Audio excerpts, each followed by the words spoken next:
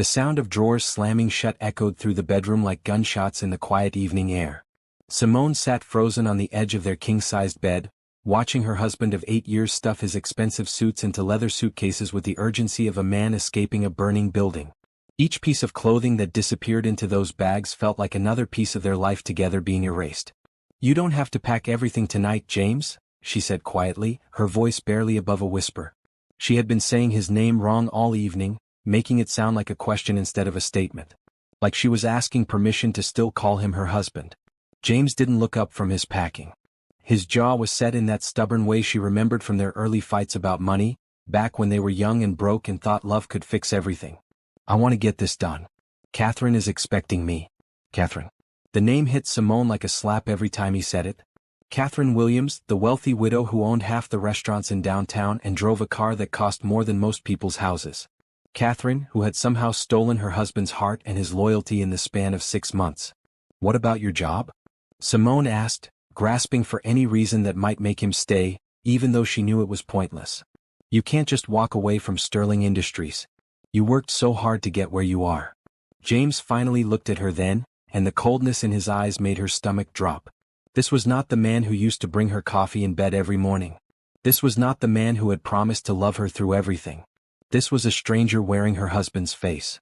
"My job will be fine," he said, folding another shirt with mechanical precision. "Catherine has connections. She knows people who can help me get something better. Something that pays what I'm actually worth." The way he said "what I'm actually worth" made it clear he thought Sterling Industries had been holding him back. Made it clear he thought she had been holding him back too. Simone watched him pack his wedding ring into a small box and place it carefully in his briefcase. The sight of that simple gold band disappearing made something crack inside her chest. They had bought those rings together at a small jewelry store downtown, saving up for months to afford even the simple ones they chose. She had been so proud of them then. So proud of what they represented. "I need you to understand something," James said, straightening up and finally giving her his full attention. "This isn't just about Catherine. This is about me wanting more from my life. I'm 42 years old, Simone. I should have a bigger house, a better car, vacations that don't involve camping in state parks. I should be living like I matter." "You do matter," she said, and hated how desperate she sounded. "You matter to me. That's not enough anymore." The words hung in the air between them like smoke from a fire that had already burned everything down. Simone felt something shift inside her chest, something that had been bending and bending finally snapping clean in two. She had been prepared for him to leave. She had seen it coming for weeks in the way he started working late, the way he stopped laughing at her jokes, the way he looked past her instead of at her when they talked. But she had not been prepared for the cruelty of it. The complete dismissal of everything they had built together. 8 years, she said, more to herself than to him. 8 years of marriage and you're throwing it away for someone you've known for 6 months. "I'm not throwing anything away," James said, zipping up his largest suitcase. "I'm finally choosing to be happy. Catherine makes me feel like the man I was supposed to be. She appreciates what I bring to the relationship. She doesn't make me feel guilty for wanting nice things. I never made you feel guilty for wanting nice things. You didn't have to say anything. It was in the way you looked at me when I talked about getting a better car, or moving to a nicer neighborhood. Like I was being selfish for wanting to improve our situation." Simone stared at him, trying to find some trace of the man she had fallen in love with in college. The man who used to say that as long as they had each other, nothing else mattered. The man who used to make jokes about rich people and their problems. That man seemed to have vanished completely, replaced by someone who measured his worth by the size of his bank account and the opinions of people who had never struggled for anything. "I looked at you that way because we couldn't afford those things," she said. "I was trying to be realistic about our finances." "Our finances?" James repeated, shaking his head. "That's the problem right there. You always acted like we were broke college students. Like we couldn't aspire to anything better. Catherine sees potential in me that you never saw." The accusation hit her like a physical blow. She had seen his potential. She had been the one encouraging him to apply for better positions, to ask for raises, to believe in himself. She had been the one working 2 jobs while he finished his business degree. She had been the one celebrating every promotion, every success, every step forward in his career. How had all of that been forgotten? How had all of that been rewritten in his mind as her holding him back? "I saw your potential every day for 8 years, she said, and this time her voice was stronger. "I was there when you graduated. I was there when you got your first real job. I was there when you got promoted to management. I celebrated all of it with you. You celebrated like it was enough, James said. Like we should just be grateful and stop trying for more. Catherine celebrates like it's just the beginning. He picked up his suitcases and headed for the bedroom door. Simone watched him go, feeling like she was watching a movie about someone else's life. This couldn't be happening to her. This couldn't be the end of everything they had built together. James? She called after him. He stopped in the doorway but didn't turn around. What am I supposed to tell people? What am I supposed to tell your mother? Tell them I finally decided to stop settling. The words followed him down the hallway and out the front door. Simone heard his car start in the driveway, heard him back out and drive away. Then the house fell silent except for the sound of her own breathing and the tick of the clock on the nightstand. She sat there for a long time, staring at the empty closet where his clothes used to hang. The space looked bigger now, like the whole room had expanded to fill the void he left behind. She should cry, she thought. She should be devastated. She should be falling apart. Instead she felt empty. Hollow. Like someone had reached inside her chest and scooped out everything that used to live there. After a while she got up and walked to the kitchen. She made herself a cup of tea and sat at the table they had bought together at a garage sale 3 years ago. The table James had always complained about, saying they should get something nicer, something that didn't have scratches in the wood and paint chips on the legs. She looked around the small house they had bought together, at the mismatched furniture they had collected over the years, at the photos on the walls showing their life together. It wasn't much, she knew. It wasn't the kind of house that impressed people or made them feel important. But it had been theirs. It had been home. Now it was just hers. And she had no idea what she was supposed to do with that. The phone rang around 10 o'clock. For a moment, her heart jumped, thinking it might be James calling to say he had made a mistake, that he was coming home. But the caller ID showed her sister's number. "Hey Nina," she answered, trying to sound normal. "Oh honey," Nina said, and Simone could hear in her voice that she already knew. James called Mom. He told her everything. "Are you okay?" "I'm fine," Simone lied. "No you're not. I'm coming over." "You don't have to. I'm already in my car." Nina arrived 20 minutes later with ice cream, wine, and the kind of fierce expression that meant she was ready to fight someone. She took one look at Simone sitting at the kitchen table in the same clothes she had been wearing all day, still holding the same cup of cold tea, and wrapped her in a hug that smelled like her perfume and her determination to make everything better. "He's an idiot," Nina said simply. "He's not wrong though," Simone said. "I did hold him back. I was always worried about money, always trying to be practical. Maybe if I had been more supportive of his ambitions." "Stop," Nina said firmly. "Don't you dare blame yourself for this. You supported that man through everything. You worked your butt off while he was in school. You celebrated every success he ever had. You were a good wife, Simone. If he can't see that, then he doesn't deserve you." They sat together in the kitchen, eating ice cream and talking about everything and nothing. Nina told her about work, about her kids, about the neighbor who kept leaving passive-aggressive notes about the height of her grass. Normal things. Life goes on things. Things that reminded Simone that the world was still turning even though hers had stopped. "What are you going to do now?" Nina asked as she was getting ready to leave. "I don't know," Simone admitted. "I guess I'll figure it out." "You will," Nina said. "You're stronger than you think. You always have been." After Nina left, Simone walked through the house, turning off lights and locking doors. In the bedroom, she stared at James's empty side of the closet for a long moment. Then she closed the door and went to sleep alone in their bed for the first time in 8 years. She dreamed about college, about the day she and James first met in their economics class. He had been funny then and kind and full of dreams that had nothing to do with money or status. He had wanted to make a difference in the world. He had wanted to build something meaningful. When she woke up the next morning, she realized that somewhere along the way, they had both forgotten who they used to be. The difference was she still remembered who she wanted to become. Simone woke up to silence. For 8 years she had been waking up to the sound of James showering or making coffee, or talking on his phone in that quiet voice he used for work calls he didn't want her to hear. The absence of those sounds felt strange, like waking up in a house where all the clocks had stopped. She lay in bed for a while, staring at the ceiling and trying to figure out what she was supposed to do with a Tuesday morning that belonged entirely to her. She had taken the day off work, thinking she would need time to fall apart. But falling apart required energy she didn't seem to have. Eventually she got up and made coffee. She sat at the kitchen table with her laptop, staring at the bank account page she had pulled up but not really seeing the numbers. Their joint account, which would now be just her account. Their mortgage, which would now be just her responsibility. Their life, which was now just her life. The numbers were not as bad as she had expected. They had been careful with money, despite what James said about her being too practical.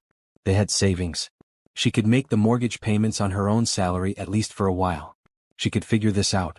Her phone buzzed with a text from her boss. "Take all the time you need. We've got everything covered here." Lisa Chin had been more than a boss to Simone over the past 3 years. She had been a mentor, a friend, someone who saw potential in her that Simone sometimes couldn't see in herself. Working as Lisa's executive assistant at Sterling Industries had been the best job Simone had ever had, even if James had always made it sound like she was wasting her talents on someone else's success. Another text came in, this one from her mother. "Your sister told me what happened. Come stay with us for a while." The idea was tempting. Going home to her parents' house, sleeping in her old bedroom, letting her mother cook for her and worry about her like she was still a child. But running away wouldn't solve anything. She was 38 years old. She had a house, a job, a life that existed completely separate from James, even if she had forgotten that for a while. She texted back, "Thank you, but I'm okay here. I'll call you later." Around noon, she forced herself to shower and get dressed. She walked through the house, seeing it differently now that it was only hers. The small living room that James had always complained about suddenly seemed cozy instead of cramped. The kitchen with its old appliances and mismatched dishes felt warm and familiar.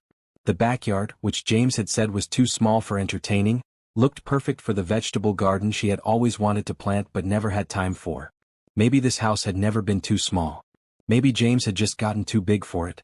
She was pulling weeds from the flower bed by the front door when Mrs. Patterson from next door came over with a casserole dish covered in aluminum foil. "I heard about James," the older woman said gently. "I'm sorry, dear." Mrs. Patterson had lived in the neighborhood for 40 years. She had watched families move in and out, had seen marriages begin and end, had probably witnessed more human drama than anyone needed to in one lifetime. She didn't ask questions or offer advice. She just handed over the casserole and squeezed Simone's shoulder. "Chicken and rice," she said. "It'll keep in the fridge for a week." "Thank you," Simone said and meant it. That evening, she ate Mrs. Patterson's casserole while watching a movie she had always wanted to see but James had never been interested in. It was a romantic comedy from the 90s, predictable and sweet and exactly what she needed. She laughed at parts that weren't even that funny, and cried during the happy ending, and felt something small and warm unfold in her chest.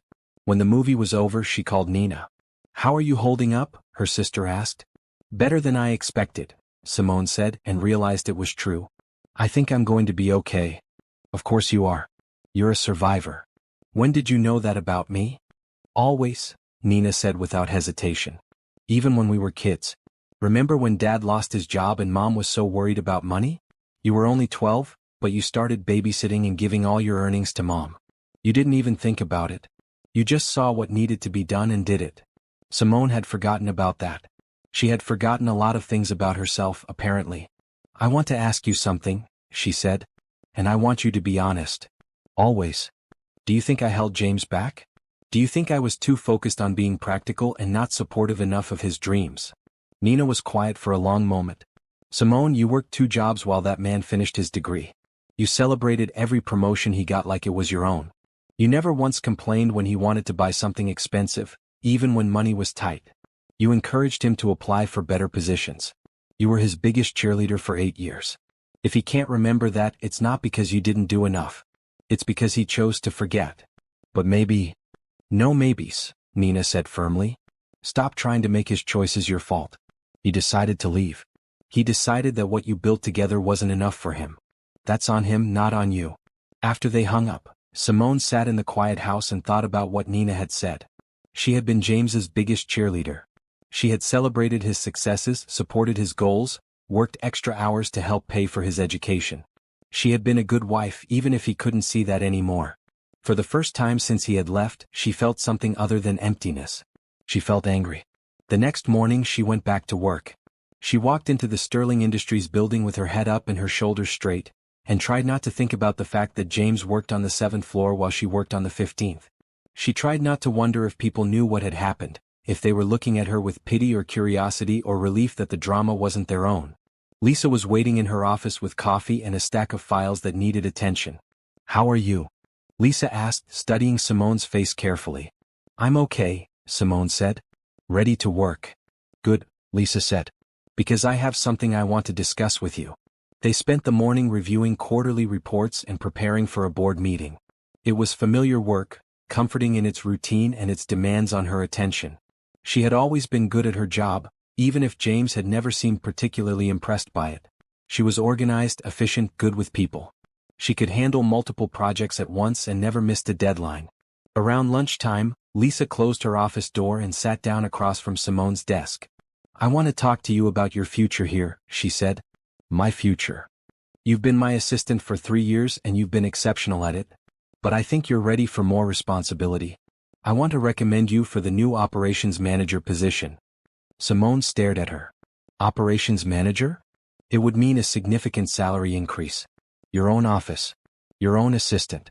You would be managing a team of 12 people and overseeing 3 major accounts. I don't have a business degree, Simone said automatically. You have something better, Lisa said. You have experience, intelligence, and the respect of everyone in this building. You know how things work here better than most of the managers who do have degrees. The offer felt surreal. Like something that happened to other people, people who were more ambitious or better connected or luckier than she was. Why me? She asked. Because you're the best person for the job, Lisa said simply. And because it's time you started getting credit for how valuable you are to this company. Simone thought about James, about his complaints that she never aspired to anything bigger, never pushed for more. Here was more being offered to her like a gift she hadn't even known she wanted. I'll need to think about it, she said. Of course. Take all the time you need. But Simone. Lisa leaned forward, her expression serious. Don't let anyone make you believe you're not capable of this. You are. You always have been. That afternoon, Simone found herself standing by the window in Lisa's office, looking down at the city below. From the 15th floor, everything looked small and manageable. The traffic, the people, the problems that seemed so big when you were in the middle of them. She thought about James and his new life with Catherine. She thought about the house that was now entirely hers, the future that was now entirely hers to design. She thought about the girl she had been in college, full of dreams and ambitions she had somehow talked herself out of over the years. Maybe it was time to remember who she had wanted to become, before she had gotten so focused on supporting someone else's dreams that she had forgotten her own. Maybe it was time to stop playing it safe and start playing to win. 3 weeks after James left, Simone accepted the operations manager position. Her first day in her new role began with a staff meeting where she would be introduced to the team she would now be leading. She had barely slept the night before, going over her notes and practicing what she would say. The conference room was full when she walked in. 12 faces looked up at her with expressions ranging from curious to skeptical to genuinely welcoming. These were people she had worked with for 3 years, but always as Lisa's assistant, never as their equal. Now she would be their boss. Good morning, everyone, she said, setting her folder on the table. I know this transition might seem unusual and I want to address that right away. I understand that some of you might have questions about my qualifications or wonder why this position wasn't posted externally. Tom Rodriguez, who had been with the company for 15 years, leaned back in his chair. To be honest, yeah, I was wondering about that. Simone had expected this. Tom was good at his job but had a habit of challenging authority, especially when that authority was new or different from what he was used to. That's fair, she said. Here's what I can tell you. I've been working closely with Lisa Chen for 3 years. I've seen every project that's come through this department, managed the scheduling and coordination for most of them, and handled the client communication for several major accounts. I know the systems, I know the clients, and I know what works and what doesn't work in this department. But you don't have a management background, Tom pressed. You're right, I don't. What I have is 3 years of watching how this department functions from a unique perspective. I've seen what managers do well and what they struggle with. I've worked with every client, solved problems that never made it to management level, and kept projects running smoothly behind the scenes. I'm not saying that makes me the perfect candidate, but it does make me someone who understands this department from the ground up. Sarah Kim, one of the project coordinators, spoke up. What's your vision for the department? This was the question Simone had been preparing for. My goal is to make everyone's job easier and more efficient. I've seen how many hours people spend on administrative tasks that could be streamlined. I've seen projects get delayed because of communication gaps that could be prevented. I want to focus on creating systems that let everyone do their best work without unnecessary obstacles. The meeting continued for another hour. Simone answered questions about reporting structures, project timelines, and budget concerns. Some people seemed convinced, others remained skeptical, but everyone was professional. By the end, she felt like she had at least earned the right to prove herself. After the meeting, Sarah lingered behind. "I just wanted to say I think this is great," she said. "You've always been helpful when I needed something, and you know the clients better than anyone.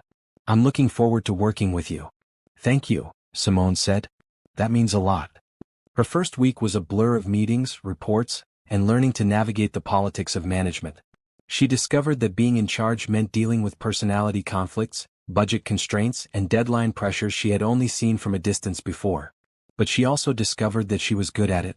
She could mediate disputes, make decisions under pressure, and motivate people to do their best work. The hardest part was running into James in the elevator or the cafeteria. Sterling Industries was a big company, but not big enough to avoid someone completely. The first time she saw him after her promotion, he did a double take that would have been funny under different circumstances. "Operations manager?" he said, reading the nameplate on her new office door. "That's right," she said, not stopping to chat. How did that happen? The question irritated her. Like he couldn't imagine her being qualified for anything beyond answering phones and scheduling meetings. "I got promoted," she said simply. "But you don't have a business degree?" "No, I don't. Apparently, experience and competence matter more than I thought." She walked away before he could respond, but she heard him talking to someone later in the hallway. "I can't believe they gave Simone a management position. She's never managed anything in her life." The comment stung even though she had expected it. James had never seen her as someone with leadership potential. In his mind, she was the support person, the one who handled details so other people could focus on big-picture things. The idea that she might be capable of big-picture thinking herself had never occurred to him. But it had occurred to Lisa, and to the executives who had approved her promotion. It had occurred to Sarah and the other team members who started bringing her ideas and asking for her input on projects. It had occurred to the clients who complimented her on how smoothly things were running under her management. Maybe the problem wasn't that she lacked ambition or leadership skills. Maybe the problem was that she had spent 8 years with someone who couldn't see those qualities in her. 2 months into her new position, she got a call from a client she had never worked with directly. Peterson Manufacturing was a mid-sized company that had been having problems with their current project management firm. They wanted to meet with Sterling Industries about taking over their account. "I heard good things about your operations team," Mr. Peterson said during their phone conversation. "Specifically about you. I'd like to set up a meeting." The meeting went well. Better than well. Peterson Manufacturing signed a contract worth more than any single account Simone had managed as Lisa's assistant. When she presented the signed contract to Lisa, her former boss smiled with the satisfaction of someone whose faith in another person had been vindicated. "How does it feel to land your first major client?" Lisa asked. "Terrifying and amazing," Simone admitted. "That's exactly how it should feel." That evening, Simone celebrated by buying herself dinner at a restaurant she had always wanted to try but James had considered too expensive. She sat at a table by herself eating excellent food and reading a book, and felt completely content. She had forgotten what it was like to make choices based purely on what she wanted, without having to consider someone else's preferences or budget concerns or opinions about what kind of places they should be seen in. When she got home, she walked through her house with new eyes. The living room that James had called cramped looked cozy and welcoming. The kitchen with its old appliances was perfect for the elaborate cooking she had started doing on weekends.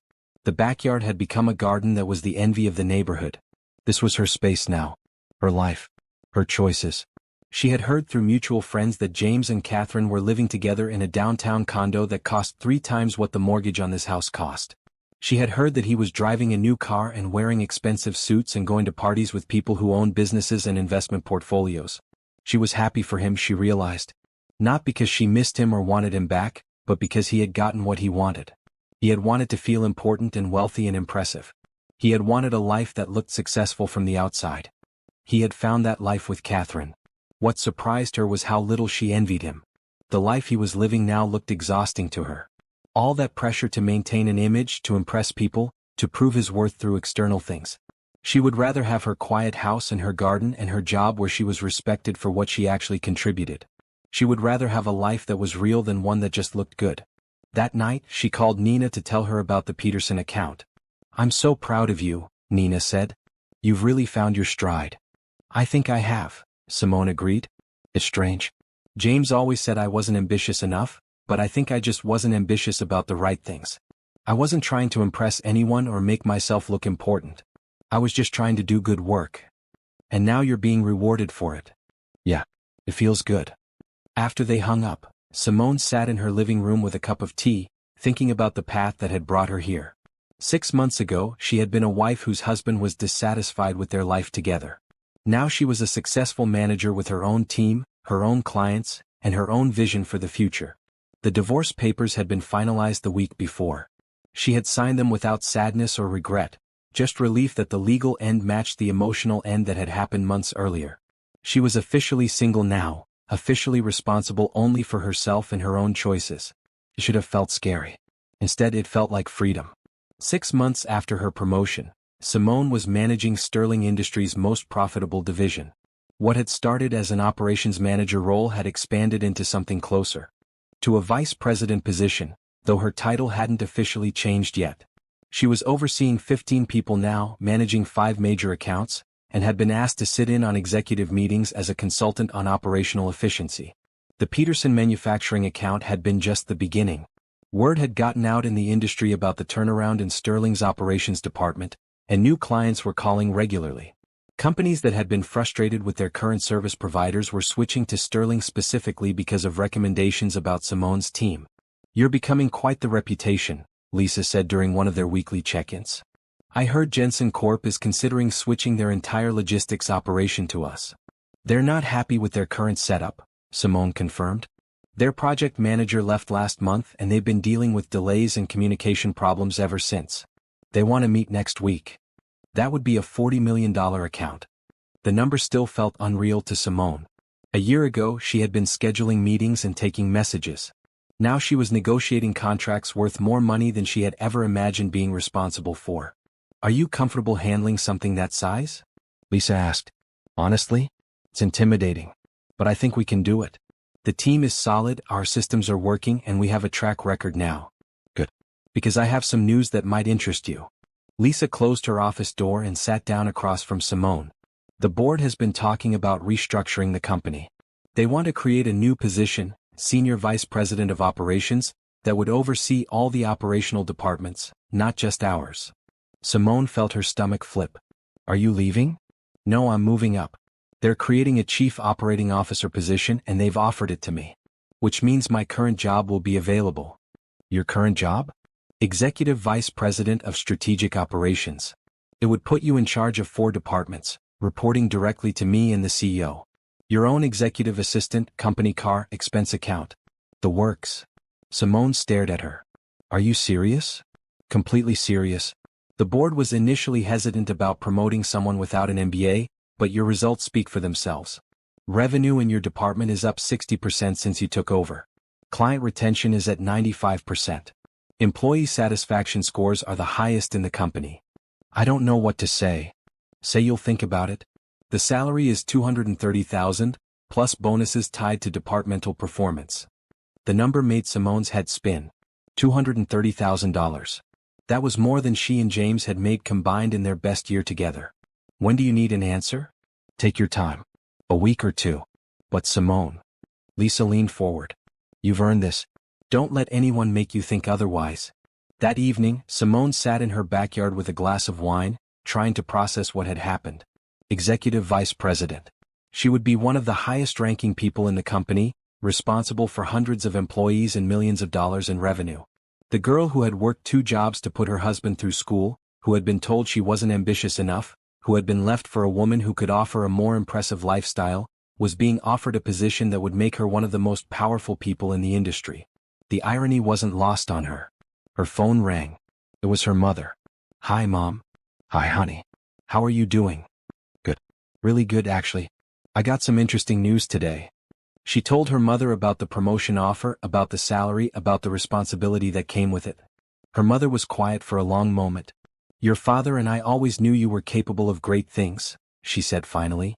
"We just worried that you were so focused on supporting James that you forgot to support yourself." "I think I did forget for a while." "Well, you remember now. That's what matters." After they hung up, Simone walked through her house, seeing it with new eyes again. With the salary from this new position, she could afford to renovate. She could buy a bigger house if she wanted to. She could travel, invest, do all the things James had accused her of not wanting. But as she looked around at her cozy living room, her well-equipped kitchen, her peaceful bedroom with its view of the garden, she realized she didn't want to change any of it. This house had become truly hers over the past year. It was where she had learned to be alone without being lonely. It was where she had rediscovered who she was when she wasn't trying to be what someone else needed her to be. She would take the promotion. She would accept the responsibility and the salary and the recognition that came with it. But she would stay in this house, with its scratched kitchen table and its mismatched furniture and its garden full of vegetables she had grown herself. James had left her for a woman who could give him a more impressive lifestyle. What he didn't realize was that Simone had been building an impressive life of her own, one that was based on substance rather than appearance. The next week, she had lunch with Nina to discuss the promotion offer. $230,000? Nina nearly choked on her sandwich. Are you kidding me? Plus bonuses. Simone, that's incredible. You have to take it. I'm going to. It's just surreal. A year ago, James was complaining that I wasn't ambitious enough, that I was holding him back from the kind of life he wanted. Now I'm being offered a position that would make me one of the highest paid people either of us knows. Have you heard from him lately? Not directly. But I heard through the grapevine that he and Catherine broke up. Nina raised an eyebrow. Really? Apparently she got tired of supporting him. Turns out having expensive tastes is only attractive when you can afford them yourself. What's he doing now? I don't know and I don't really care. That sounds harsh, but it's true. He made his choice. He chose to leave a life where he was loved and supported for a life where he felt more important. How that worked out for him is his business. You really are over him. Completely, Simone said and realized it was true. She felt no satisfaction in hearing about his breakup with Catherine, no desire to reach out or offer support. James felt like someone she used to know, someone from a different part of her life that she had moved beyond. So when do you start the new job? Next month. Lisa wants me to spend a few weeks transitioning with each department head, learning their operations before I officially take over. This calls for a celebration, Nina said. That weekend, Nina threw a small party at her house. It was just family and a few close friends, but it felt perfect. Simone's parents drove up from their town 2 hours away, beaming with pride as they listened to her describe her new responsibilities. Her father, who had worked construction his whole life, kept shaking his head in amazement. Executive Vice President, he said for the third time. My daughter, the executive. Don't let it go to your head, Dad, Simone laughed. Too late. I'm already planning to brag to everyone at the hardware store.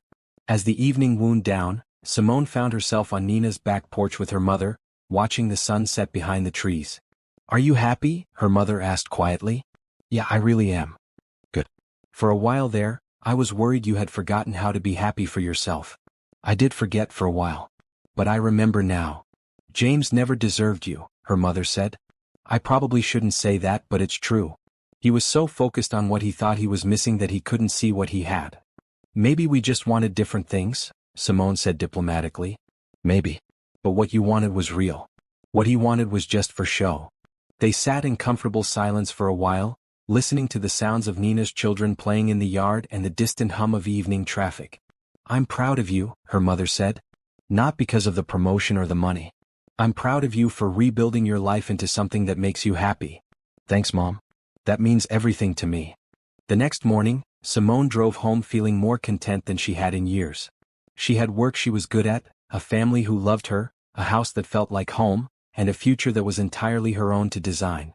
She thought about James briefly, wondering if he was happy with his choices, but the thought didn't linger. She had more important things to focus on now. Like figuring out how to be the best executive vice president Sterling Industries had ever had. 2 months into her new role as executive vice president, Simone was working late on a Thursday evening when she discovered something that would change everything. She had been reviewing budget reports from all 4 departments under her supervision, looking for ways to improve efficiency and reduce costs. The Sterling Industries building was quiet at 8 o'clock, with only security guards and a few dedicated workaholics still around. Simone liked working late sometimes. It gave her uninterrupted time to think and plan without the constant stream of meetings and phone calls that filled her days. She was deep in the financial reports when something caught her attention.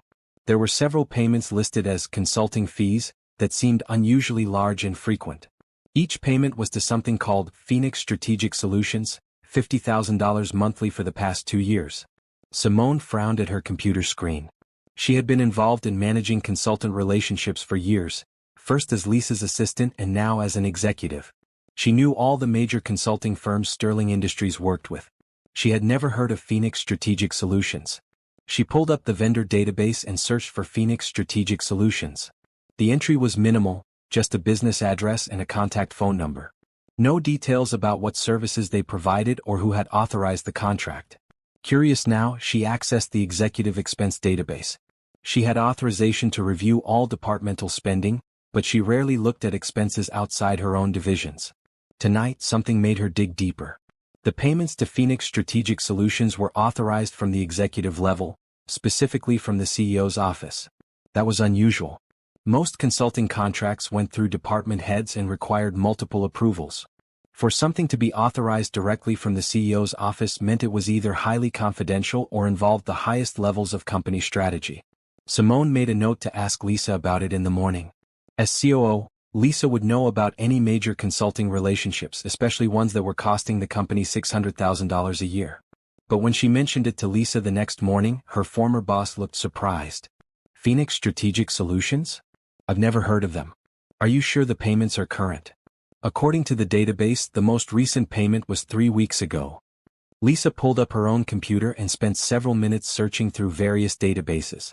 I don't see any contracts or agreements with that company. No project reports, no deliverables, nothing. That's strange. Could it be a subsidiary of one of our regular consultants? It's possible, but usually those would be listed under the parent company name. Lisa looked troubled. This is odd enough that I think we should bring it to Richard's attention. Richard Brennan was Sterling Industries CEO, a man Simone had met only a few times but who had personally approved her promotion. He was in his early 60s, had built the company from a small consulting firm into a major player in the industry, and was known for being both brilliant and demanding. They scheduled a meeting with him for that afternoon. When they explained what they had found, Richard's expression grew increasingly serious. "Show me exactly what you're looking at," he said. Simone pulled up the payment records on her laptop. Richard studied them carefully, his jaw tightening as he scrolled through the data. "I never authorized these payments," he said finally. "And I've never heard of Phoenix Strategic Solutions." The silence in the room was heavy. If the CEO hadn't authorized payments that were supposedly coming from his office, then someone else had. Someone with enough access to the financial systems to create fake authorizations and process payments without proper oversight. Who has the ability to authorize payments at this level? Lisa asked. Myself, the CFO, and... Richard paused, looking uncomfortable. And my son-in-law. I gave him executive financial authorization last year when he joined the company. Simone felt a chill run down her spine. Richard's son-in-law was David Sterling, the company's vice president of business development. She had met him several times but had never worked directly with him. He was young, ambitious, and had joined the company straight from business school 2 years ago. You think David might be involved in this? Lisa asked carefully. I don't know what to think, Richard said, but I'm going to find out. Can you get me more details about this Phoenix Strategic Solutions? Address, phone number, any other information you can find. Of course, Simone said. And I want this kept confidential for now. If there's some kind of fraud happening, I need to understand the scope before we involve law enforcement or make any accusations. Over the next 3 days, Simone did the most thorough investigation of her career. She traced every payment to Phoenix Strategic Solutions, cross-referenced them with other company expenses, and researched the company itself. What she found was disturbing. Phoenix Strategic Solutions was registered to a P.O. box in Delaware. The phone number went to a voicemail system that had never been set up. The business license was current, but there was no website, no employee records, no evidence that the company had ever provided any actual services to anyone. More troubling, the timing of the payments corresponded almost exactly with David Sterling's access to the financial authorization system. The first payment had been processed 2 weeks after he received his executive privileges. When she presented her findings to Richard, he looked like he had aged 10 years. My daughter's husband has been stealing from my company, he said quietly. We don't know that for certain yet, Lisa said diplomatically. Yes, we do, Richard said. The evidence is clear. David has been creating fake consulting payments and somehow getting that money back to himself. How do you want to handle this? Simone asked. Richard was quiet for a long time, staring out the window of his office at the city below. I need to call my lawyer, he said finally. And I need to figure out how to tell my daughter that her husband is a thief. What about David? Do you want us to confront him? No, not yet. I want to have all the legal pieces in place first. But I want you both to keep investigating. Find out how much money we're talking about total, and see if there are any other suspicious payments or transactions. That weekend, Simone worked from home, going through 3 years of financial records with the thoroughness of an accountant preparing for an audit. She found 2 other consulting companies that showed similar patterns: regular payments, minimal documentation, no clear evidence of services provided. By Sunday evening, she had identified over $2 million in suspicious payments, all authorized through David Sterling's executive access codes. $2 million. Stolen from the company that had given her the opportunity to build a career, that had promoted her based on merit, that had become the foundation of her new life. She thought about James, about his complaints that she wasn't ambitious enough, that she was too focused on playing it safe instead of reaching for more. Here was someone who had reached for more by stealing it from the people who trusted him. The irony wasn't lost on her. James had left her for a woman who could give him a more impressive lifestyle, but he had done it honestly, working within the system even if she didn't respect his choices. David Sterling was living an impressive lifestyle by stealing from his own family's company. She wondered if James would have made the same choices if he had been given the opportunity. She wondered if his dissatisfaction with their modest life would have led him to justify taking what wasn't his. She hoped not. For all his faults, she had never thought of James as dishonest. Selfish maybe. Ungrateful certainly. But not criminal. Monday morning, she presented her complete findings to Richard and Lisa. The numbers were even worse than they had initially thought. Over 3 years, David Sterling had systematically stolen more than $2.5 million from Sterling Industries. I've spoken with our lawyers, Richard said. They're recommending we involve the FBI. This level of financial fraud crosses state lines and involves federal banking regulations. What about your daughter? Lisa asked gently. I told her yesterday, Richard said, and Simone could see the pain in his eyes. She's devastated. She had no idea. She thought David's success was legitimate, that he was just good at his job. Is she standing by him? She says she needs time to process everything. But she's moved back in with us temporarily.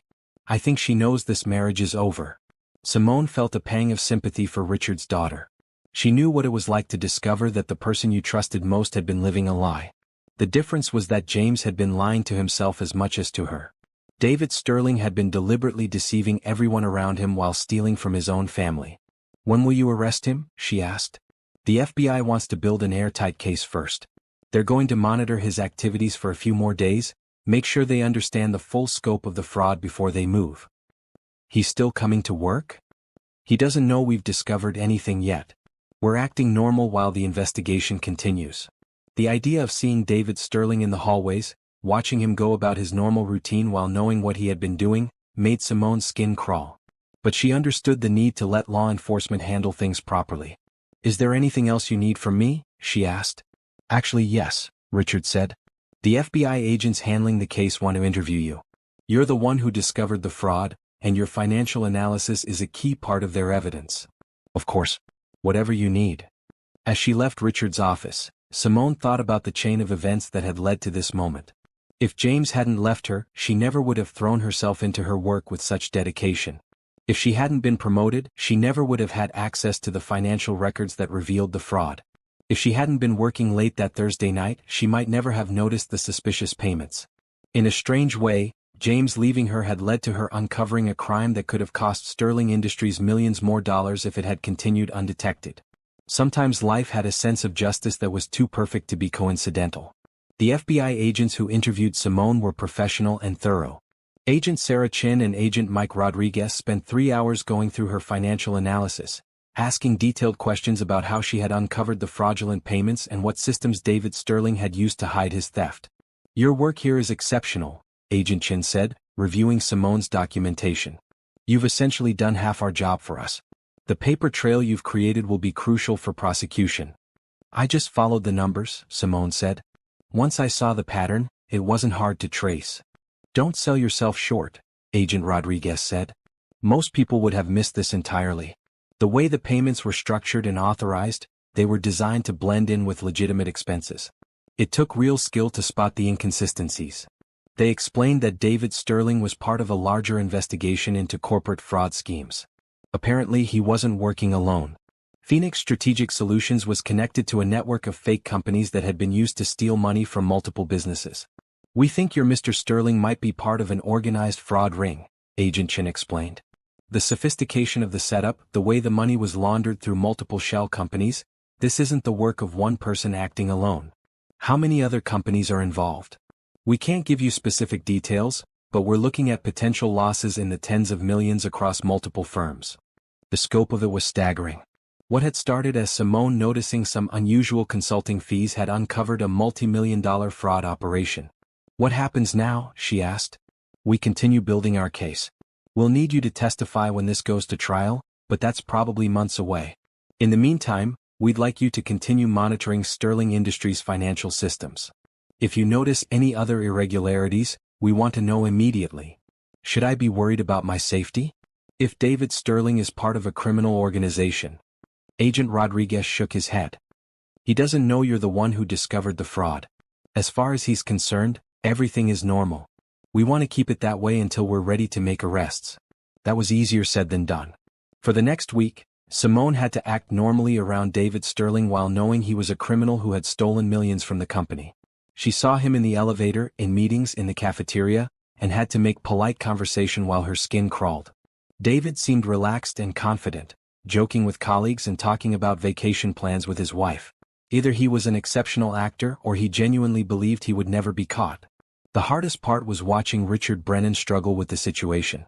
The CEO was trying to run his company normally while dealing with the knowledge that his son-in-law had betrayed his trust and broken his daughter's heart. He looked exhausted and older than his years. "How are you holding up?" Simone asked him during one of their regular meetings. "Some days are better than others," he admitted. "My daughter is staying with us and she's not taking this well. She keeps asking if there might be some mistake, some explanation that would make this all go away." "What do you tell her?" "The truth.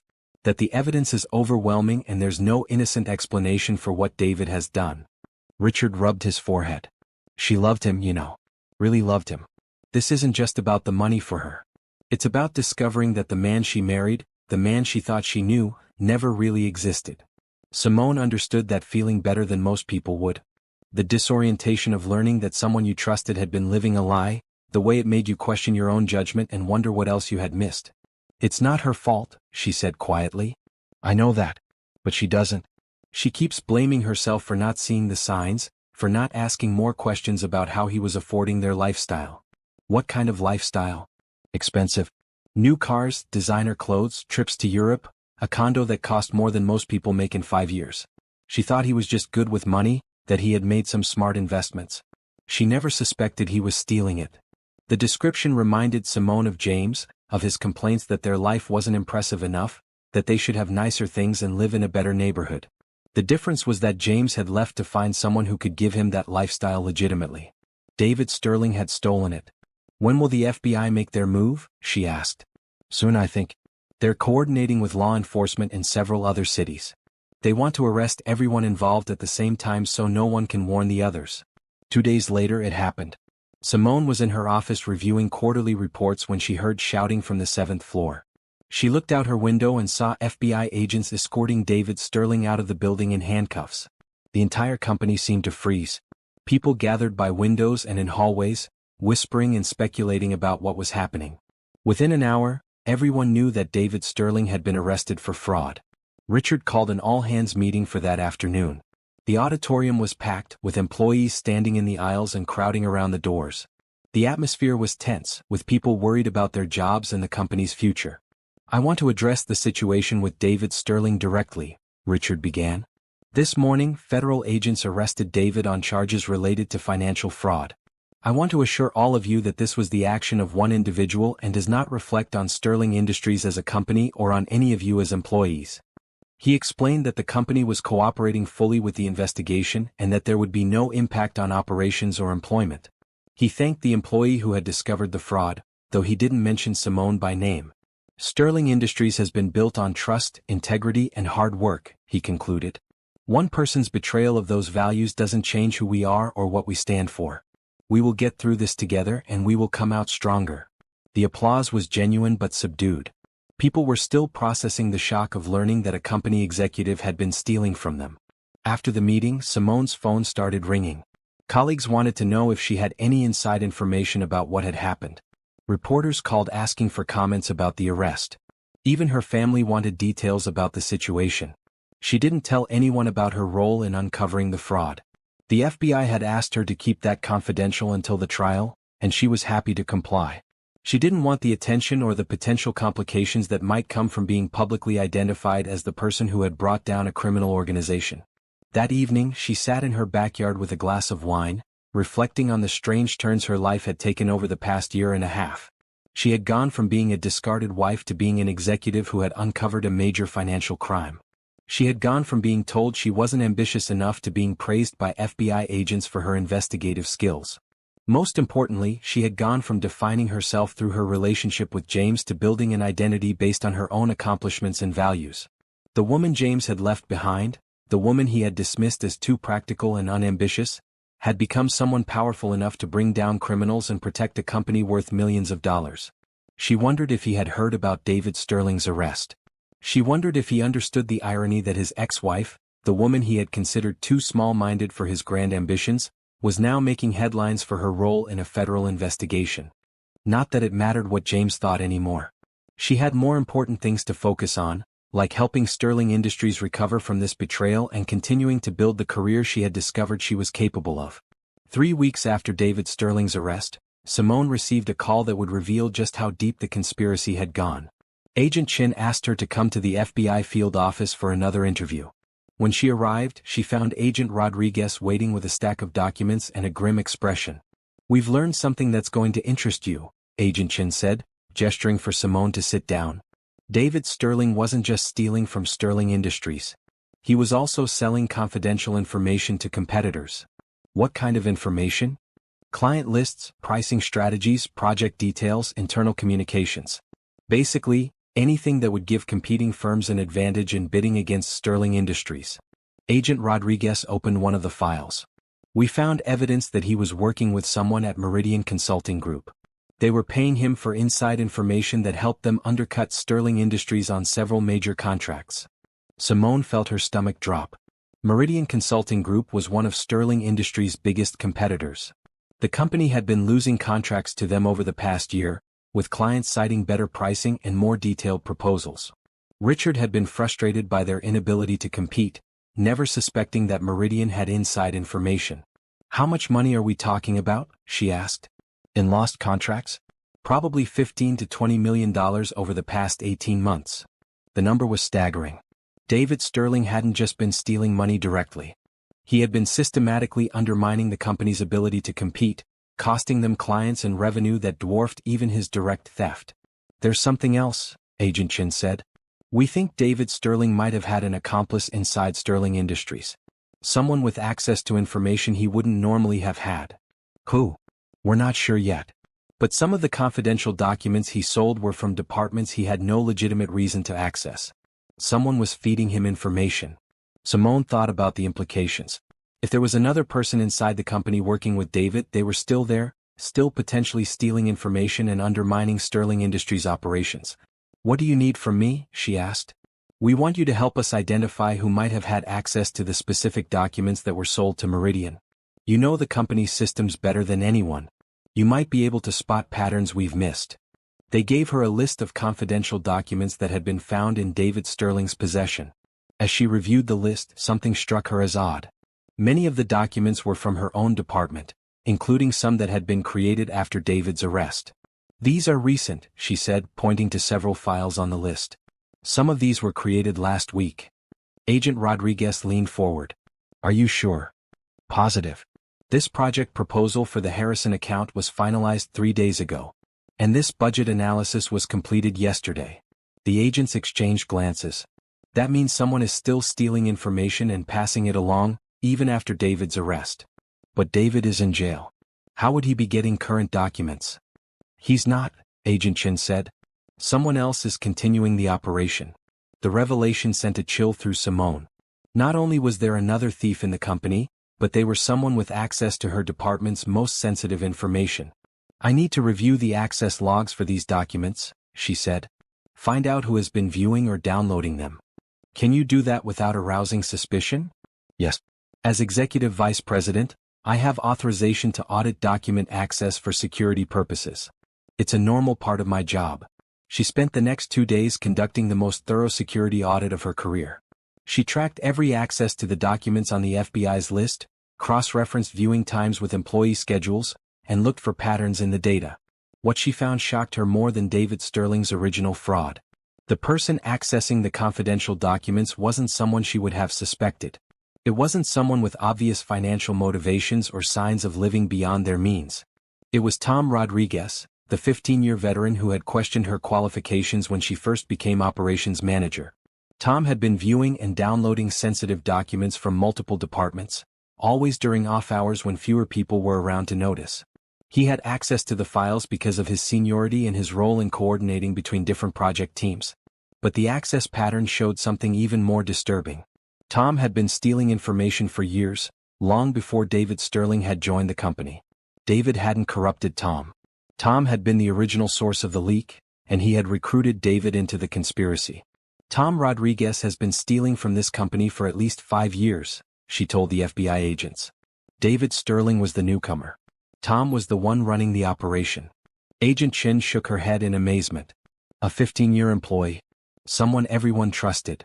That's what made him perfect for it, Simone said. No one would suspect the longtime employee who complained about promotions going to outsiders and asked tough questions about new policies.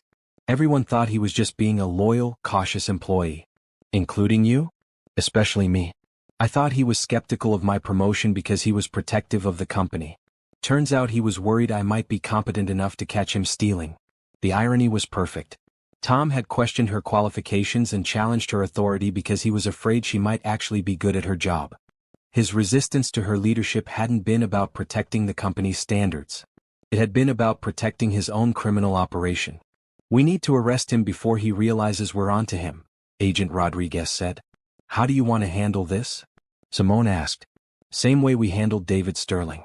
We'll coordinate with your CEO to make sure Tom doesn't get any warning, then move in during business hours. What should I do in the meantime? Act normal. Don't change your behavior around Tom or give him any reason to think you suspect him. We'll move as quickly as possible. Acting normal around Tom Rodriguez was even harder than it had been with David Sterling. At least David had been charming and seemingly harmless. Tom was someone she saw every day, someone who had been questioning her decisions and undermining her authority while stealing from the company she was trying to protect. During their staff meeting on Thursday morning, Tom made several comments about maintaining security and being careful about who has access to sensitive information. The audacity of it was breathtaking. He was lecturing her about security while actively stealing confidential documents. You're right, Tom, she said calmly. Security is crucial. I've been doing some audits of our document access protocols, and I'm planning to implement some additional safeguards. She watched his face carefully as she said it, looking for any sign that he understood the threat. But Tom just nodded approvingly, apparently confident that his methods were too sophisticated to be detected. Friday morning, FBI agents arrested Tom Rodriguez at his desk while he was reviewing a confidential budget report that he had no legitimate reason to be reading. Unlike David Sterling, who had seemed shocked by his arrest, Tom appeared resigned, as if he had always known this day would come. The second arrest sent even bigger shockwaves through Sterling Industries than the first. David Sterling had been a relative newcomer, someone most employees barely knew. Tom Rodriguez was a fixture, someone who had been at the company longer than many of his colleagues. How many more are there? Richard asked Simone after Tom's arrest. How many other people have been stealing from us? I don't think there are any others, she said. The evidence suggests Tom was the ringleader and David was his primary accomplice. Everyone else seems to be clean. How can you be sure? I've audited every document access log, every financial transaction, every consultant payment for the past 5 years. If there were other conspirators, I would have found evidence by now. Richard nodded, but she could see the exhaustion in his eyes. Learning that 2 of his employees had been systematically betraying his trust had taken a toll on him. The FBI thinks the total loss to the company is close to $40 million when you factor in the stolen money, the lost contracts, and the damage to our competitive position, he said. Can we recover any of it? Some maybe. David Sterling bought a lot of expensive toys with the money he stole. Cars, jewelry, art. We can seize those assets. But the information that was sold to our competitors, that damage is permanent. Simone thought about the clients they had lost, the contracts they had failed to win, the reputation damage that would follow the public revelation of the fraud. Sterling Industries would survive, but it would take years to fully recover from what Tom Rodriguez and David Sterling had done. "There is one positive outcome from all of this," Richard said. "What's that?" "We know now that our internal systems and oversight procedures work." "You caught them, Simone. Your diligence and attention to detail saved this company from even greater losses." "I was just doing my job." "No, you were doing much more than your job. You were protecting something you cared about. That's the difference between an employee and a leader." As she left Richard's office, Simone reflected on the strange journey that had brought her to this moment. 2 years ago, she had been a wife whose husband didn't respect her intelligence or ambition. Now she was an executive who had single-handedly uncovered a multi-million-dollar fraud conspiracy. The woman James had dismissed as too practical and unambitious had become someone powerful enough to bring down a criminal organization and save a company. She wondered if Tom Rodriguez had ever realized the irony. He had spent months questioning her qualifications and challenging her authority, never understanding that he was dealing with someone smart enough and determined enough to destroy him. Sometimes the person you underestimate the most is the one who brings you down. 2 months after Tom Rodriguez's arrest, Simone was working late when she received a phone call that would reveal the most shocking connection of all. It was Agent Chin, and her voice carried an urgency that made Simone's stomach tighten. "We need to meet," Agent Chin said. "Tonight if possible. There's been a development in the Sterling Industries case that you need to know about." They met at a coffee shop near Simone's house. Agent Chin looked tired, like she had been working around the clock, and she carried a thick folder that she set carefully on the table between them. "We've been tracing the money trail from Tom Rodriguez and David Sterling's operation," she began. "Following where the stolen funds went, how they were laundered, who else might have been involved." "Did you find more conspirators?" "In a way, yes. But not at Sterling Industries." Agent Chin opened the folder. "We found something that's going to be difficult for you to hear." Simone felt a chill of premonition. "What is it?" "Your ex-husband, James Washington, has been receiving payments from one of the shell companies connected to this fraud ring." The words hit Simone like a physical blow. She stared at Agent Chin, trying to process what she had just heard.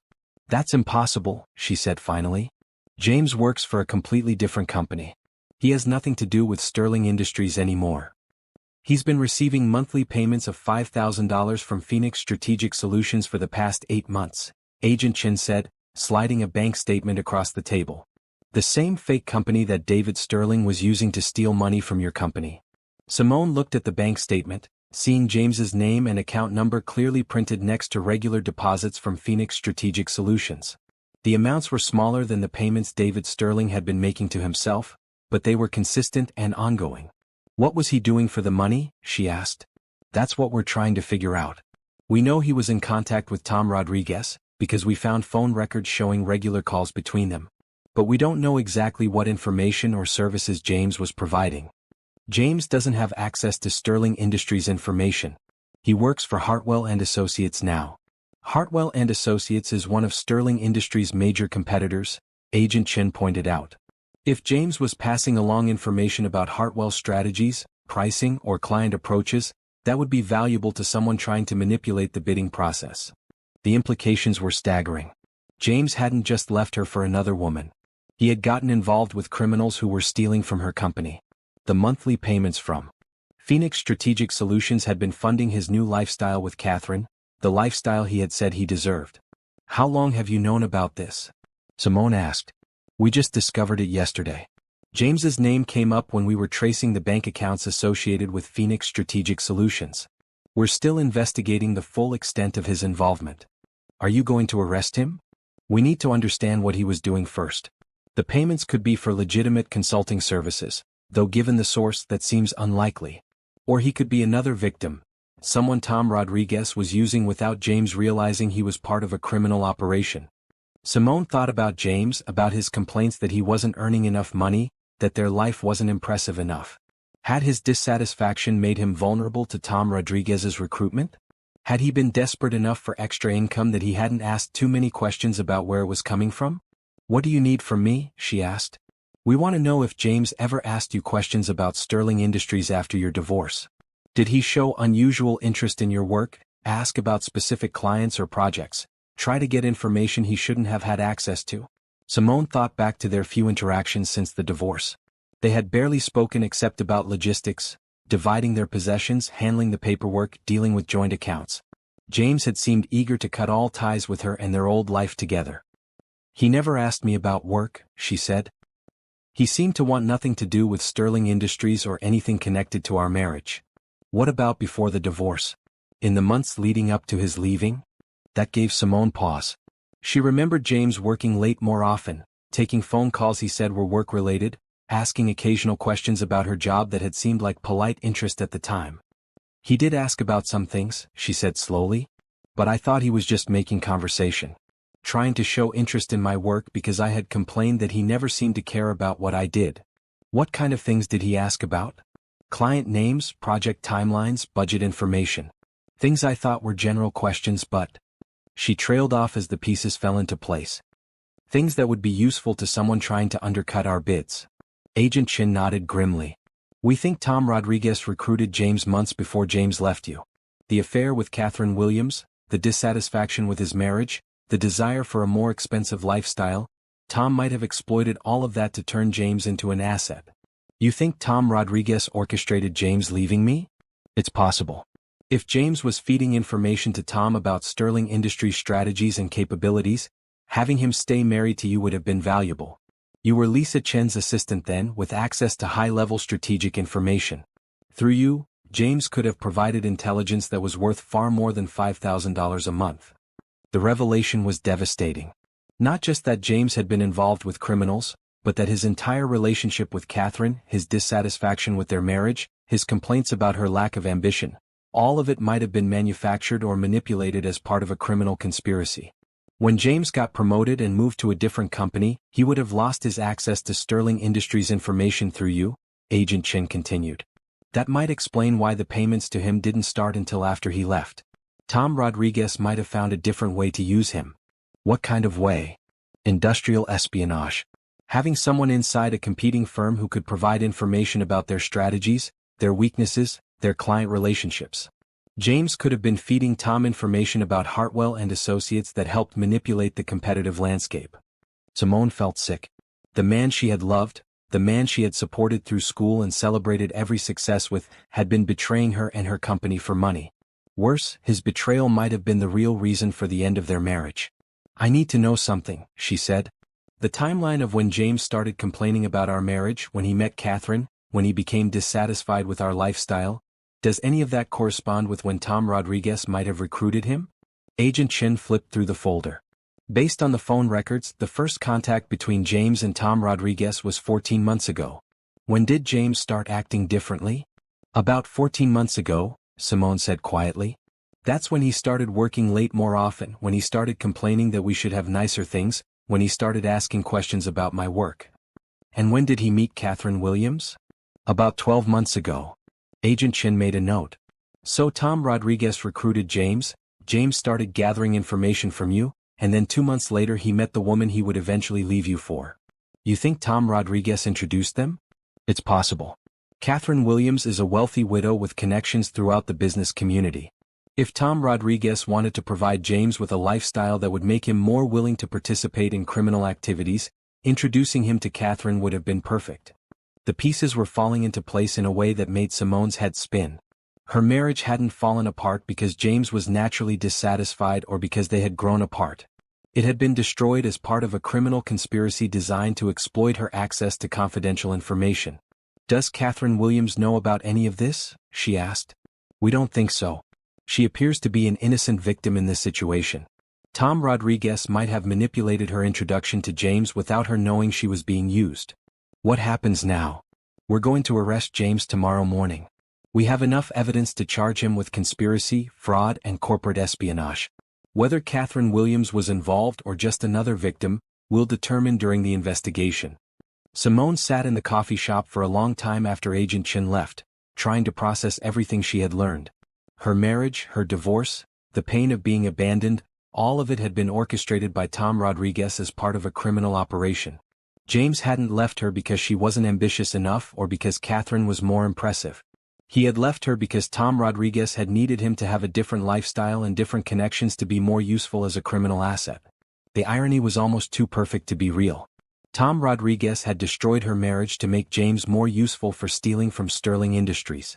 But by doing so, he had freed Simone to focus entirely on her career, which had led to her promotion, which had given her access to the financial information that allowed her to catch Tom Rodriguez and bring down his entire operation. Tom Rodriguez had unknowingly created the person who would destroy him. She drove home slowly, thinking about all the nights she had lain awake wondering what she had done wrong, why James had stopped loving her, how she could have been a better wife. Now she knew the truth. There was nothing she could have done differently. Her marriage had been sabotaged by a criminal who saw her husband as a useful asset and her as an obstacle to be removed. The next morning, James Washington was arrested at his office at Hartwell and Associates. The charges included conspiracy to commit fraud, corporate espionage, and money laundering. The arrest made the local news, though the reporters didn't yet understand the full scope of the criminal operation or how it connected to the previous arrests at Sterling Industries. Richard Brennan called Simone into his office that afternoon. "I heard about your ex-husband's arrest," he said gently. "I can't imagine how difficult this must be for you." "I'm still processing it," she admitted. "Learning that your entire marriage was essentially a criminal operation is a lot. Do you need time off? I would understand if you wanted to step back from work while you deal with this. Actually, work is the only thing keeping me sane right now. If I stop moving, stop focusing on something productive, I think I'll fall apart." Richard nodded. "I understand that feeling. Work can be a refuge when everything else in your life feels chaotic." "There's something else," Simone said. "I want you to know that I never gave James any confidential information knowingly. If he was gathering intelligence about Sterling Industries through me, he was doing it without my knowledge or consent." "I never doubted that for a second," Richard said firmly. "You're the person who uncovered this entire conspiracy. You're the reason we caught them before they could steal even more. Your loyalty to this company has never been in question." "Thank you. That means more than you know." "There's something I want to discuss with you," Richard said. "The board has been talking about how to move forward after everything that's happened. We're going to be implementing new security protocols, new oversight procedures, new safeguards to prevent this kind of fraud from happening again." "That makes sense. We want you to head up that effort. We're creating a new position, Chief Security Officer, that would put you in charge of all aspects of corporate security, from physical security to information security to financial oversight. It would be a promotion with a salary increase to match the expanded responsibilities." Simone stared at him. "You want me to be Chief Security Officer? You've proven that you have the skills, the attention to detail, and the dedication to protect this company. You caught criminals that law enforcement and professional auditors had missed. You saved Sterling Industries from potentially catastrophic losses. What would the salary be? $350,000 plus bonuses. You'd report directly to me and have a seat on the executive committee. $350,000. More money than she had ever imagined earning, for a job that would make her one of the most powerful people in the company. "I don't know what to say." "Say you'll consider it. Take your time." "But Simone, I want you to know that this offer has nothing to do with sympathy for what you've been through personally. This is about recognizing exceptional talent and giving you the role you've already proven you can handle." That evening, Simone sat in her backyard with a glass of wine, thinking about the strange turns her life had taken. 2 years ago, she had been a wife whose husband thought she lacked ambition. Now she was being offered a position that would make her one of the highest-paid executives in the industry. James had left her because Tom Rodriguez had convinced him that she was holding him back from success. Now Tom Rodriguez was in federal prison, James was facing years in jail, and she was being offered a job that would pay more than both of them had ever earned combined. Sometimes justice had a sense of humor that was too perfect to be accidental. The trial of Tom Rodriguez, David Sterling and James Washington began 6 months later. Simone was the prosecution's star witness, the person whose investigation had uncovered the conspiracy and whose testimony would explain to the jury exactly how the defendants had stolen millions of dollars and betrayed the trust of everyone around them. She spent 3 days on the witness stand, walking the jury through her financial analysis, explaining how she had traced the fraudulent payments, and describing the systematic way the defendants had exploited their positions to steal money and sell confidential information. The hardest part was testifying about James. She had to explain how her ex-husband had used their marriage to gather intelligence about Sterling Industries, how he had asked seemingly innocent questions that were actually fishing expeditions for information that could be sold to competitors. "Mrs. Washington," the prosecutor said during her testimony, Did you ever suspect that your husband was using information you shared about your work for criminal purposes? No, she said clearly. I thought he was finally taking an interest in my career. For years he had seemed uninterested in what I did at work. When he started asking questions, I was happy that he seemed to care. How do you feel about being deceived in this way? The defense attorney objected, and the judge sustained it, but the question hung in the air anyway. How did she feel about learning that her marriage had been destroyed as part of a criminal conspiracy? I feel like I was used, she said when the prosecutor rephrased the question. Not just by my husband but by all three defendants. They saw me as a source of information, not as a person. They were willing to destroy my marriage and my happiness to make their criminal operation more profitable. When James's defense attorney cross-examined her, he tried to suggest that she might have known more than she was admitting, that she might have been a willing participant who was now trying to avoid responsibility. Isn't it true, Mrs. Washington, that you were experiencing financial difficulties in your marriage? He asked. We were living within our means, but we weren't wealthy, if that's what you're asking. And your husband was dissatisfied with your lifestyle? He wanted more expensive things than we could afford on our salaries. So when he started earning additional income, that must have been welcome news. I didn't know he was earning additional income through criminal activities, Simone said firmly.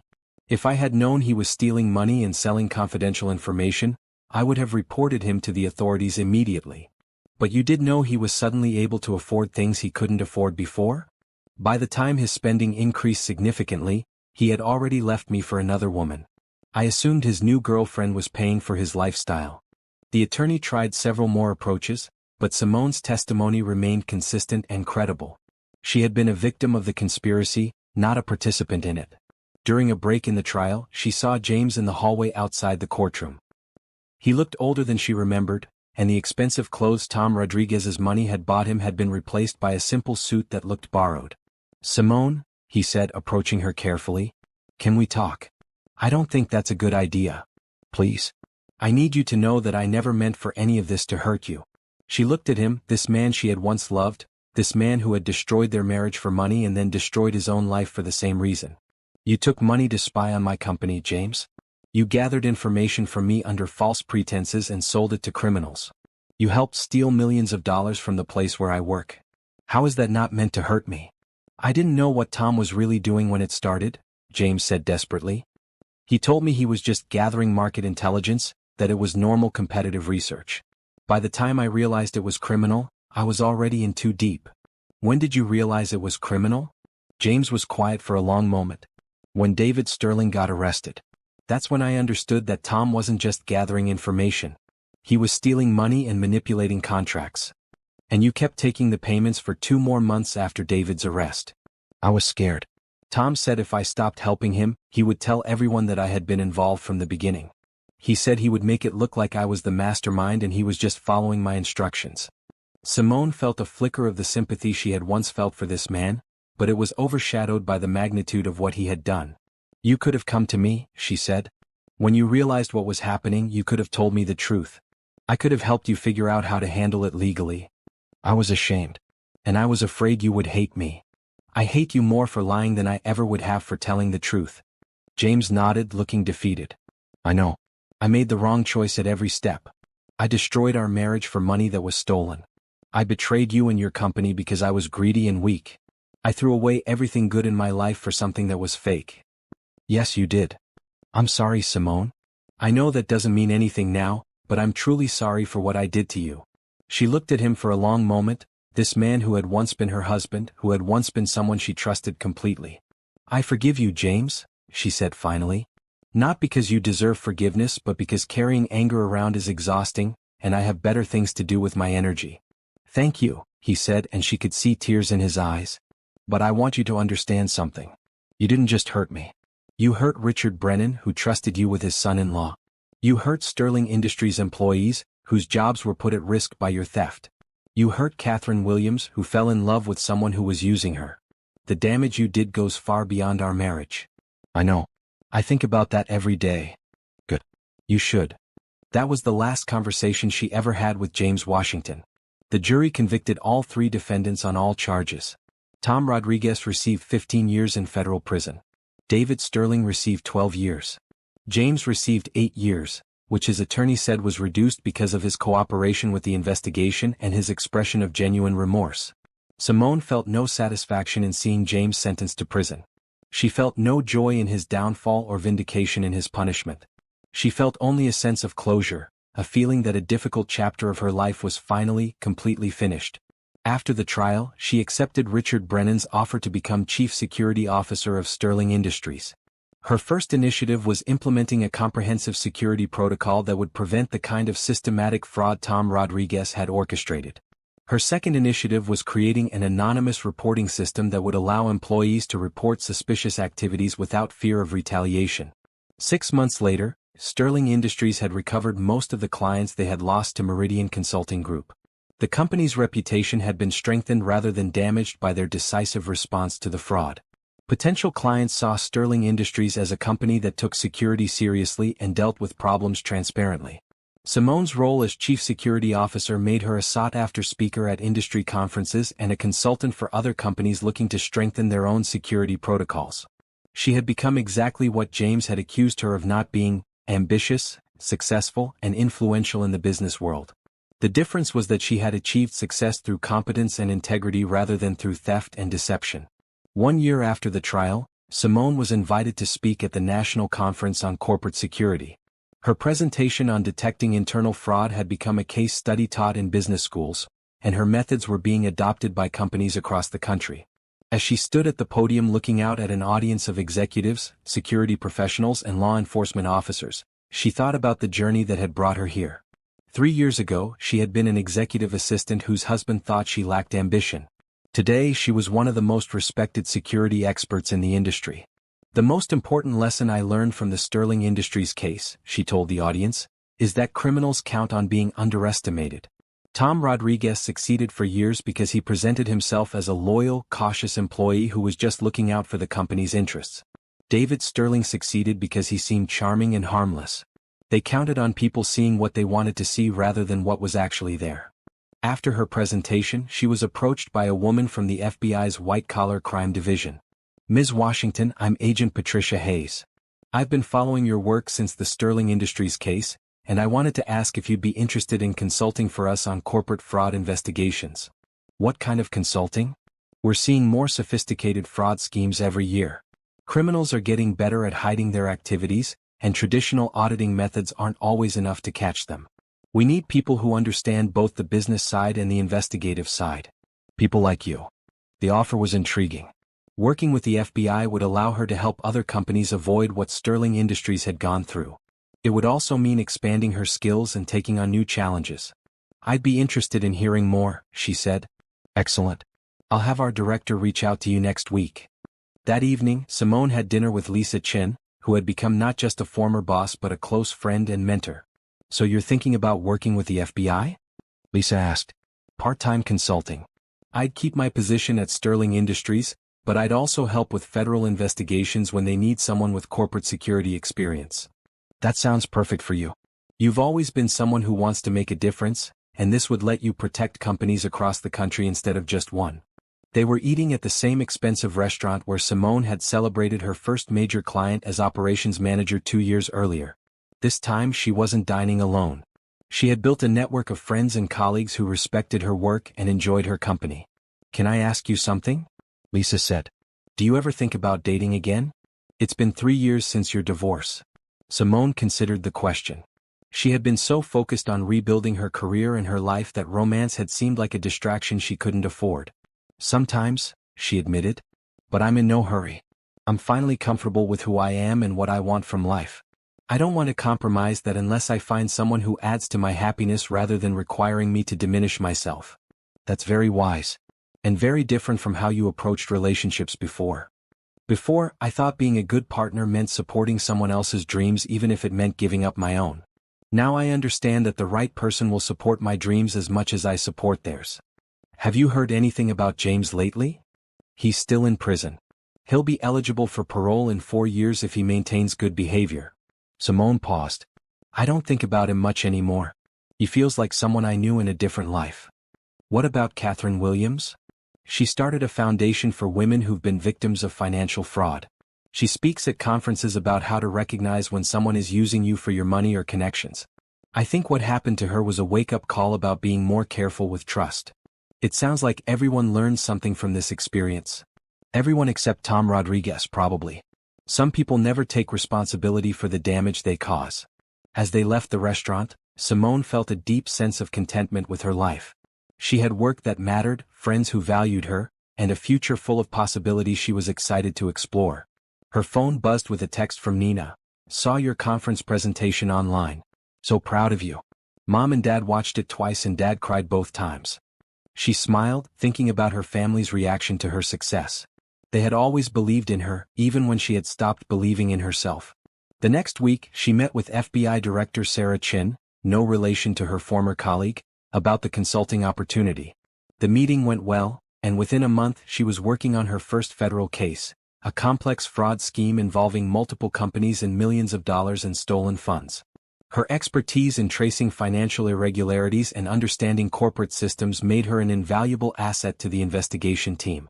Within 6 months, they had identified the perpetrators and recovered most of the stolen money. "You have a real gift for this work," Director Chin told her after the case was resolved. "Have you ever considered a career change? We could use someone with your skills full-time." The offer was tempting, but Simone had found her perfect balance at Sterling Industries. She enjoyed the consulting work with the FBI, but she also loved her role as chief security officer and the team she had built there. "I'm happy with the consulting arrangement," she said. "It gives me the best of both worlds." 6 months later, Simone was featured on the cover of Corporate Security magazine as Executive of the Year. The article detailed her investigation of the Sterling Industries fraud and her subsequent work helping other companies strengthen their security protocols. Richard Brennan framed the magazine cover and hung it in the Sterling Industries lobby. "I want everyone who enters this building to see what real leadership looks like," he told her. That evening, Simone sat in her backyard garden, reading the magazine article about her life and career. The journalist had done thorough research, interviewing colleagues, FBI agents, and industry experts about her work. "Simone Washington represents a new kind of corporate security professional," the article concluded. "She combines technical expertise with investigative instincts and the kind of ethical foundation that makes her incorruptible. Companies across the country are implementing the security protocols she developed, and law enforcement agencies seek her consultation on their most complex cases. She has turned personal betrayal into professional triumph, and in doing so has made the business world safer for everyone." As she finished reading, Simone thought about the woman she had been 3 years ago, insecure, defined by her relationship to someone else, afraid to reach for more than what seemed safe and reasonable. That woman was gone, replaced by someone confident, accomplished, and respected in her field. Someone who had turned the worst betrayal of her life into the foundation of unprecedented success. James had left her because he thought she wasn't ambitious enough, wasn't impressive enough, wasn't enough. He had been wrong about all of it, but his leaving had freed her to discover what she was truly capable of. Tom Rodriguez had destroyed her marriage because he saw her as an obstacle to his criminal operation. He had been wrong too. She wasn't an obstacle to be removed. She was the force that would ultimately destroy him. Sometimes the people who underestimate you the most end up giving you the greatest gifts. They force you to prove them wrong, and in doing so, you discover strengths you never knew you had. Simone Washington had become exactly who she was meant to be. And she had done it not despite the betrayal she had suffered, but because of them. She was finally, completely, triumphantly herself.